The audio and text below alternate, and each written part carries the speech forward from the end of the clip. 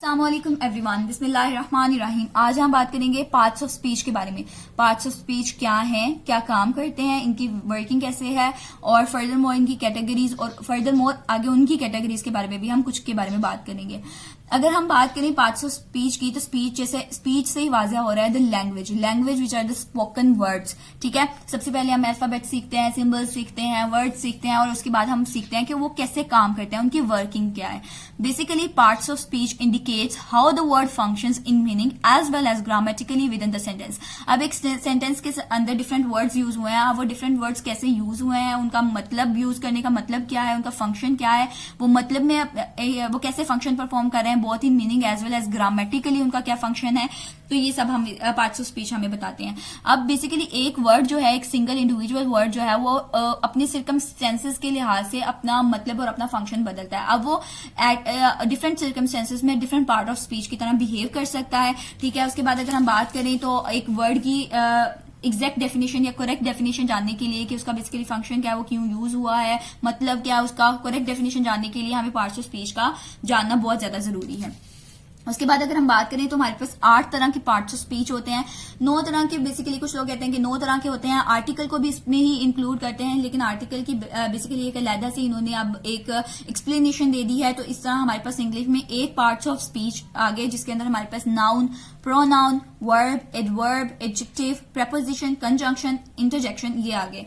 उसके बाद अगर हम बात करें नाउन की, तो नाउन बेसिकली हमारे पास क्या है, a word for person, a word used for person, place, thing और आइडिया। कोई भी लफ्ज जो किसी इंसान, चीज, जगह या फिर किसी आइडिया के लिए यूज हो, या फिर name of a person, place और थिंग, ये आइडिया ये हमारे पास आ जाते हैं नाउन में। ठीक है, nouns are often use with an article. Basically ये आर्टिकल के साथ यूज होते हैं मोस्टली। आर्टिकल हमें पता है एन और दा होते हैं, बेसिकली 3 आर्टिकल्स हैं और इनके ये जो है वो नाउन के साथ यूज होते हैं, बिफोर नाउन यूज होते हैं। तो लेकिन उसके अलावा जरूरी नहीं है कि हमेशा हर नाउन के साथ जो है वो आर्टिकल लगाया जाए।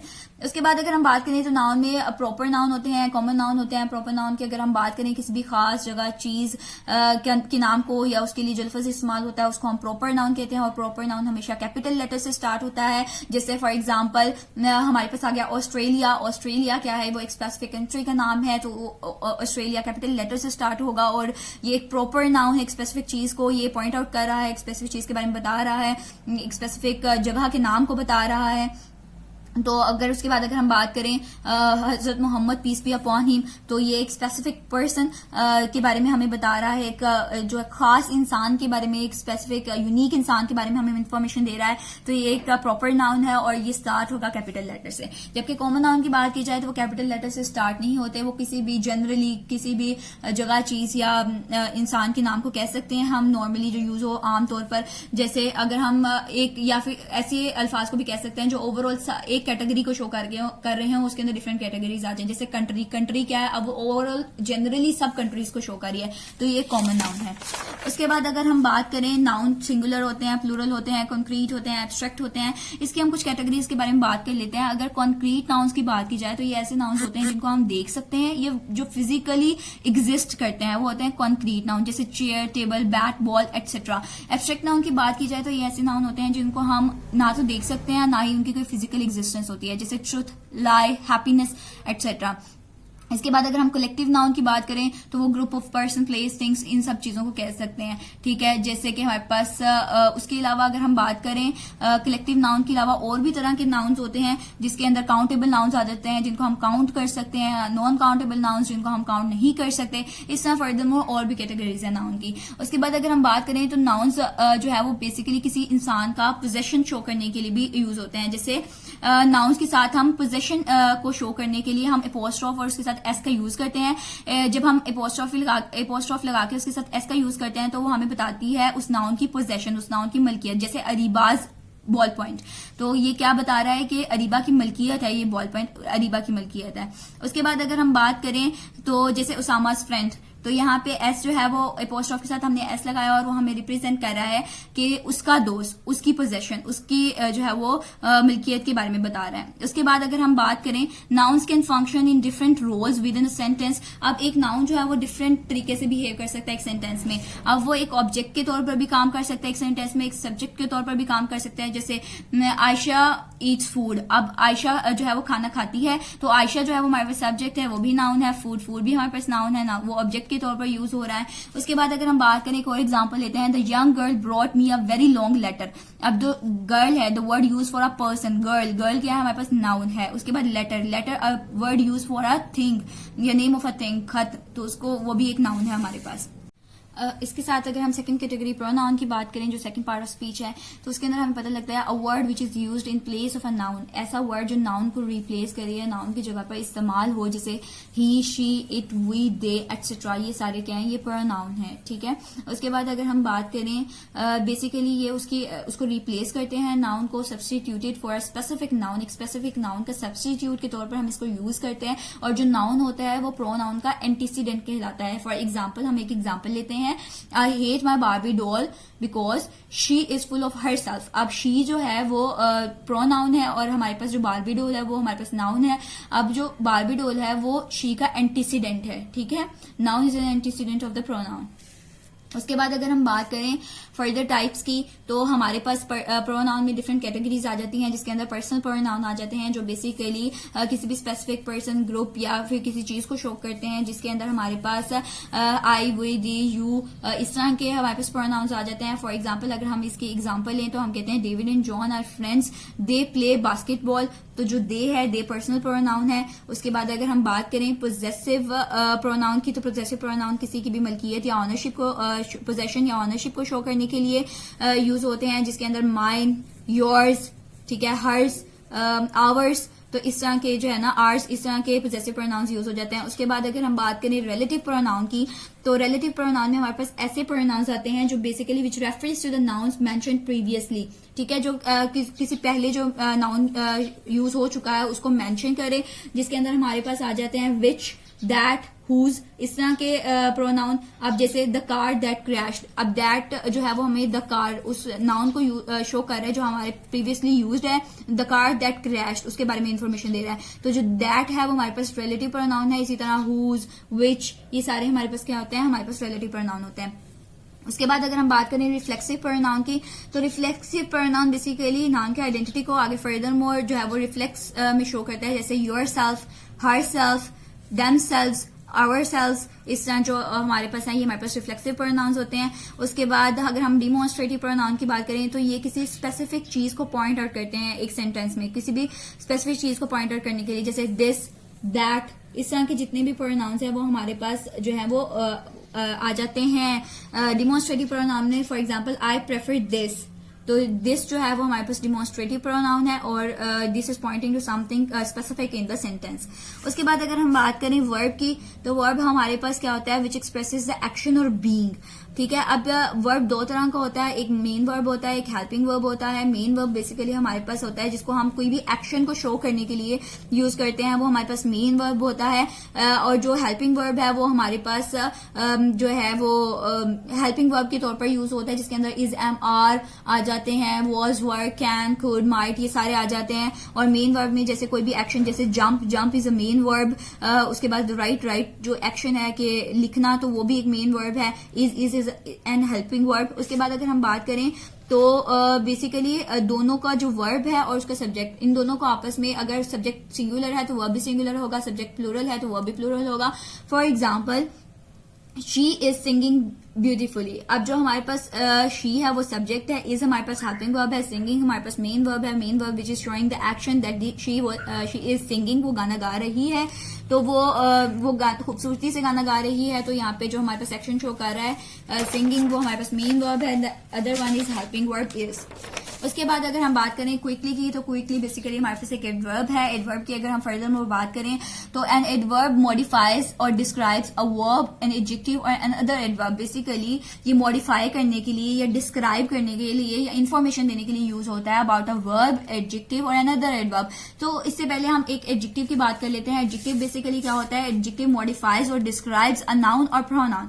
एडजेक्टिव बेसिकली नाउन और प्रोनाउन के बारे में इंफॉर्मेशन देता है, उनको डिस्क्राइब करता है, उनको मॉडिफाई करता है। फॉर एग्जाम्पल जैसे pretty, old, pretty girl. Pretty girl, girl को मॉडिफाई, गर्ल के बारे में इंफॉर्मेशन दे रहा है, डिस्क्राइब कर लिया कि pretty girl, old school, blue shirt, smart boy. इस तरह ये जो सारे हैं ये किसी ना किसी नाउन को जो है वो मॉडिफाई कर रहे हैं और ये हमारे पास एडजेक्टिव कहलाते हैं जो किसी के बारे में इंफॉर्मेशन दे। और इन सारे क्वेश्चंस के हमें आंसर करे, जैसे which one, what kind, how many, इन सब के आंसर्स करे, वो हमारे पास एडजेक्टिव्स होते हैं। आर्टिकल्स बेसिकली जो है आ, एन और द, ये भी हमारे पास एडजेक्टिव की एक कैटेगरी में आ जाते हैं कि ये भी एडजेक्टिव से कहलाते हैं क्योंकि ये भी नाउन को मॉडिफाई करते हैं, उसके बारे में इंफॉर्मेशन देते हैं।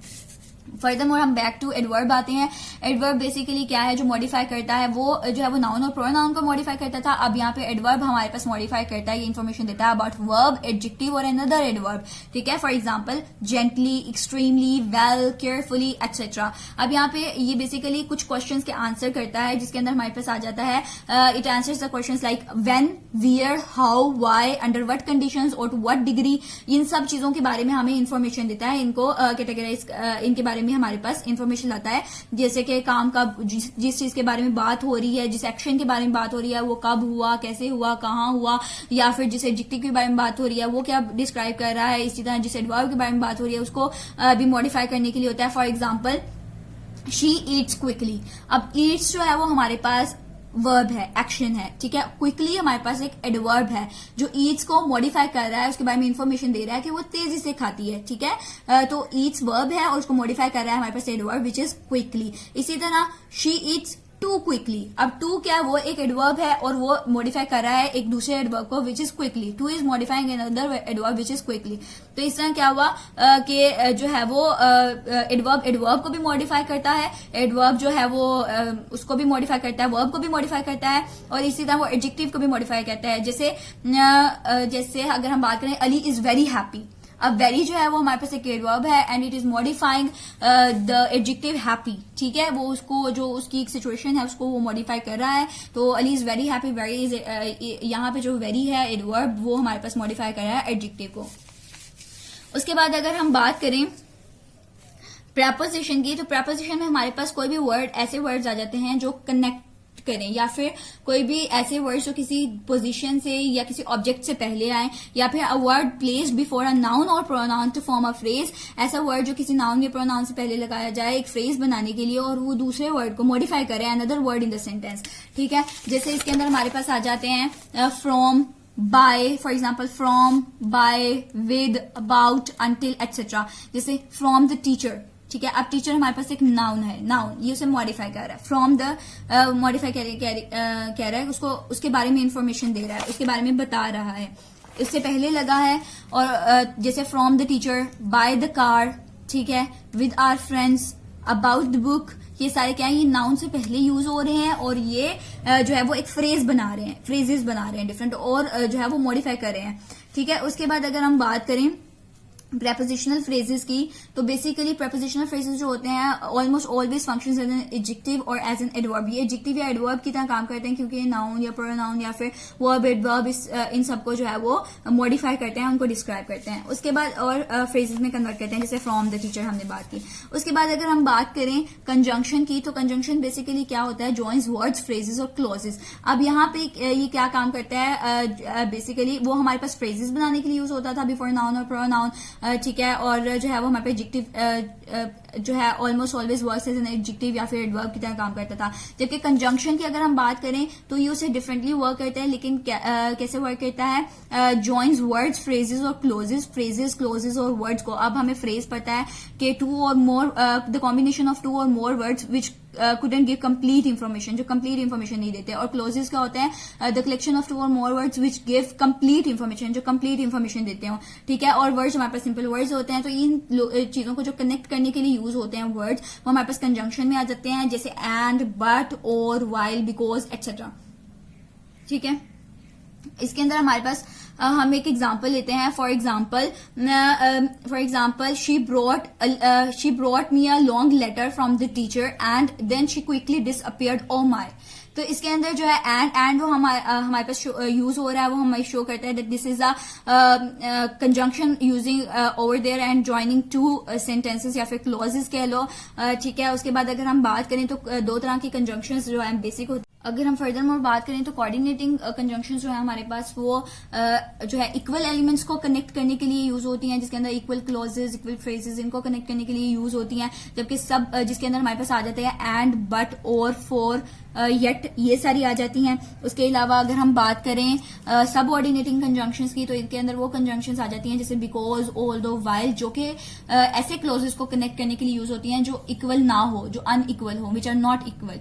ठीक है. उसके बाद अगर हम बात करें इंटरजेक्शन की तो इंटरजेक्शन बेसिकली ऐसे वर्ड्स को कहते हैं हम, a word use to express emotions, जो सडन फीलिंग्स या इमोशंस को एक्सप्रेस करने के लिए यूज हो. बेसिकली ये एक्सक्लेमेशन मार्क जो है वो यूज करते हैं जैसे ओह, वाओ, उप्स, इस तरह के, या फिर हाय, इस तरह के वर्ड्स हम यूज करते हैं. Often followed by exclamation mark, इनको हम बेसिकली इनके बाद जो है वो एक्सक्लेमेशन मार्क का इस्तेमाल होता है. अगर हम एक एग्जांपल लें तो जैसे हमने पहले एग्जांपल ली that she brought me a long letter from the teacher. She brought me a long letter from the teacher and then she suddenly disappeared. Oh my. अब यहाँ पे जो oh my है वो बेसिकली क्या है, इंटरजेक्शन का यूज है. ठीक है. Which is followed by exclamation mark. इसी के साथ हमारा आज का लेक्चर खत्म होता है. If you guys have any question you can ask in the comment section. Besides that, if you don't have subscribed my channel till now, please subscribe the channel and like the video. Thank you so much.